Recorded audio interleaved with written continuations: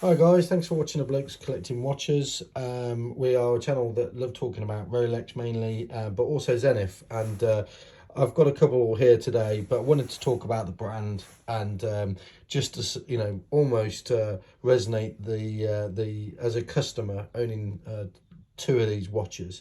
What a brand they are in terms of the kind of design, and also just the build quality, and the kind of what you get in terms of value for money is absolutely exceptional. I cannot say any more than that. They are literally phenomenal in terms of their the kind of everything about the brand, the kind of ethos behind one of the oldest kind of brands in the world, 1865 I think. And we've got just two watches here today that I wanted to show you. They're part of my collection,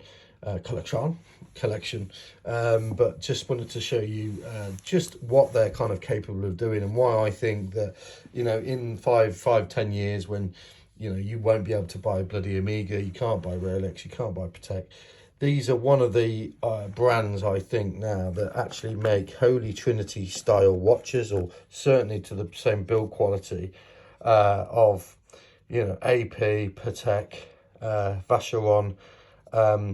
Honestly, unbelievable. This is a Defy Classic 41, and very, very reasonable value for money. Don't get me wrong, it's still a lot of money in this world. I know there's people out there that probably think, God, £6,700, $8,500 or whatever it is a lot of money for a watch. But the engineering that goes into this, the level, I mean, the bracelet, for instance, is just phenomenal. It really is just a different kind of, this is a grade 5 titanium as well. So just to kind of give you a perspective, I've never seen a watch on a titanium bracelet with that detailed finishing. So you've got brushed metal there with polished sides, and if you look very carefully, actually within the actual center links as well. But just a exceptionally well made bracelet. A very kind of Gerald Genta-esque in terms of its design. So like an AP Royal Oak, or a kind of Nautilus, probably more similar to an AP than a Nautilus, but very, very elegant. I'll just take my GMT off so you can get a feeling for it. But this is why the brand is, I cannot believe that there's not much more publicity either in magazines or on YouTube or whatever regarding this brand, because I just think for value for money. So this costs 6,700. For the equivalent Audemars Piguet, you're looking at, I don't know, 28 if you can get it retail, but you're probably looking at double that, so 60 on the kind of used market, because that's just the demand for the product. And you are getting a watch that is probably made to the same standard. There are slight different details. I haven't got an AP to compare it to, so I'm sorry about that. I'm not at that level. I kind of spending this kind of money on a watch is enough for me. But just one example of what you can buy out there, whereas you can't even buy a basic Submariner for this kind of money. So very, very, very good value, high quality of craftsmanship. It's not the daylight, but the kind of, even the anti-reflection, I don't know if you could see it there on it, is one of the best I've ever seen. Servicing on them is every 10 years because they have a silicon wheel now, so there's none of this kind of 4 to 5 year servicing. So you can own it, enjoy it, and then service it on a kind of more lengthy basis. So that's one of the things that I love about the brand. And at the moment, you are actually able to buy some of these watches with a discount as well, unlike a lot of other brands where you're either paying retail or above retail. You're able to buy something like this. So this is a Chronomaster El Primero, so one of the best movements, if not the best automatic chronograph movement money can buy.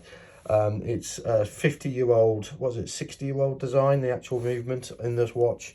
Zenith were one of the first companies in the world to make an automatic chronograph movement, or if not the first. There's a bit of a debate there, but look at that. I mean, the level of quality and craftsmanship in this watch is second to none. It really is. It's a phenomenal bit of kit.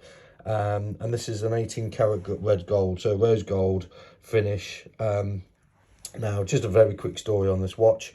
This watch has a retail value today of 14,400, and I paid £12,000 for this watch. So just to kind of compare it to what's out there, you cannot go and buy a I mean, something similar in another brand, probably IWC, you might get close to. But I do genuinely think that this level of quality of finish is unique to the Zenith brand. I've had a few other brands. I've had IWCs and Panarais and things, but I genuinely think that the quality and finishing detail to this is just unique.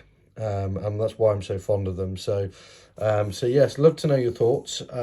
Genuinely, like I say, they are a lot of money. Obviously, buying watches for even £12,000 these days is a lot of money, but when you think of what you get in terms of the pedigree, the provenance of the movement, the caliber of the movement, the the craftsmanship of the actual timepiece itself, is actually, I think, excellent value for money compared to what else is on the market. And that's what I'm saying in terms of what else is on the market. So yeah, just a quick video on the brand, where it's going. They even come with really cool travel boxes as well. I've taken them out the main boxes because they're a ball ache, but these are just the travel boxes that they come in. Super cool. And they actually then sit in the actual main box itself, if you can get it open, and they sit in the main box itself, and you get like a nice little USB and card as well. But even the quality of their boxes is brilliant. So yes, but thank you very much for watching this video